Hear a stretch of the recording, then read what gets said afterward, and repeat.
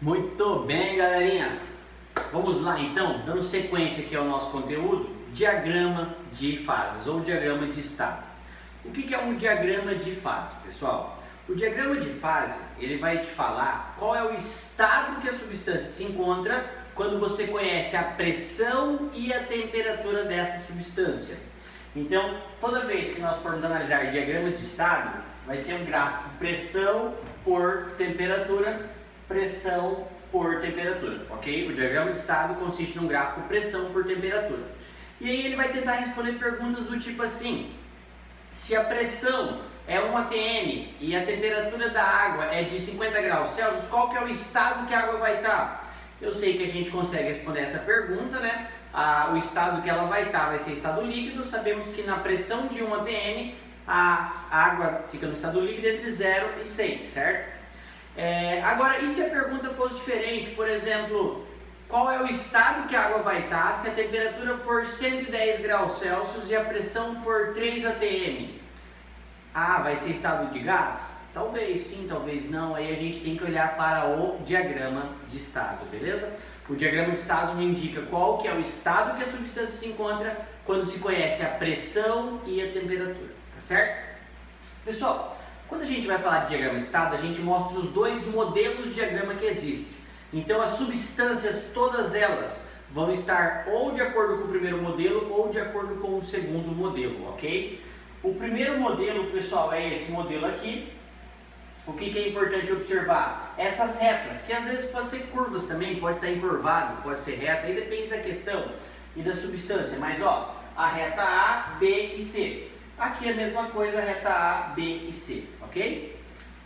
Bom, para as substâncias em geral, para a maioria das substâncias, você pega lá alumínio, cobre, prata, ouro, zinco, as substâncias de forma geral, pessoal, obedecem esse primeiro gráficozinho aqui.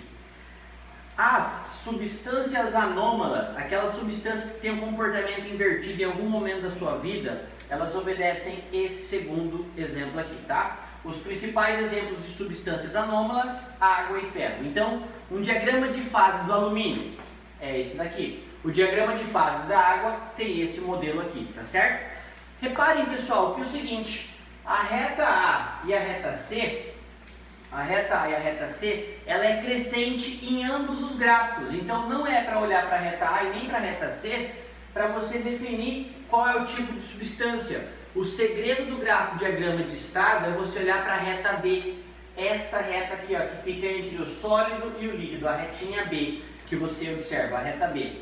Para substâncias comuns, para a maioria das substâncias, a reta B ela é crescente, ok? Agora, para substâncias anômalas, a reta B ela é voltando, ela seria decrescente. Então, para substâncias comuns, pessoal, todas as retas são crescentes.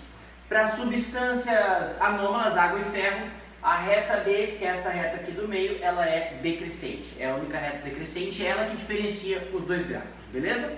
Vamos entender esse gráfico aqui, pessoal.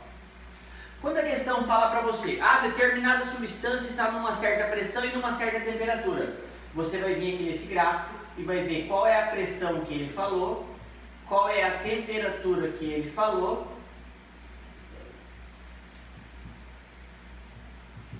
e aí, pessoal, de acordo com a localidade desse ponto, com a localização desse ponto, você define se é estado sólido, líquido ou gasoso. Essa primeira parte é sólido, o que fica entre as duas setas é o estado líquido e o para cá é o estado de gasoso, beleza? É o estado gasoso. Aqui é a mesma coisa, ó, começa sólido, o que está entre as duas setas é o líquido e o depois é o estado gasoso, beleza, pessoal? Então tá. Eu consigo definir qual que é o estado da substância conhecendo a sua pressão e temperatura e olhando para um diagrama de estado, beleza? Show de bola. Galera, como é que chama uma transformação quando a substância cruza essa reta A? Como é que chama esse processo se uma substância vai de um ponto 1 para o ponto 2? Aqui eu fui do sólido para o vapor, né? Eu fui do sólido para o estado gasoso. Essa primeira reta aqui, ó, a retinha A, vai ser a nossa reta da sublimação. Se for o processo endotérmico, indo do sólido para o vapor é a sublimação, e se for do vapor para o sólido, aí é a sublimação reversa, mas é exemplo de sublimação. Então a curva A, a reta A, é uma sublimação. A reta B, pessoal, é a passagem do estado sólido para o estado líquido. Então, quando ele cruzou a reta B, independente do gráfico que nós estamos analisando, ele sofreu ou a fusão ou a solidificação. O B é a fusão ou solidificação. Endotérmico, fusão, exotérmico, solidificação, beleza? E quando ele passa aqui na reta C, quando ele curva a reta C, quando ele atravessa, quando ele cruza a reta C, ele sofre a vaporização, no caso endotérmico, ou liquefação e condensação, no caso exotérmico, beleza? Então, nesse diagrama de estado, é legal que a gente também consegue definir qual foi o processo, né? Qual foi a mudança de estado que aquela substância sofreu. Se ela cruzar a primeira reta aqui, ó, é sublimação, fusão e vaporização, beleza, pessoal? Alguma dúvida? Bom, galerinha, olha só. Importante nesse gráfico aqui observar algumas coisas além do que já foi falado, além dos dois modelos, né? Além do nome dos processos, das mudanças de estados em cada uma das setas, é importante nós observarmos aqui. Primeira coisa, esse ponto aqui, ó. Este ponto que é o encontro das três setas. Esse ponto que é o encontro das três setas é chamado ponto triplo, pessoal. Esse nosso PT aqui é o nosso ponto triplo. O que é o ponto triplo, pessoal? O ponto triplo é uma determinada pressão e uma determinada temperatura no qual a substância vai existir nos três estados. Ela vai coexistir nos três estados.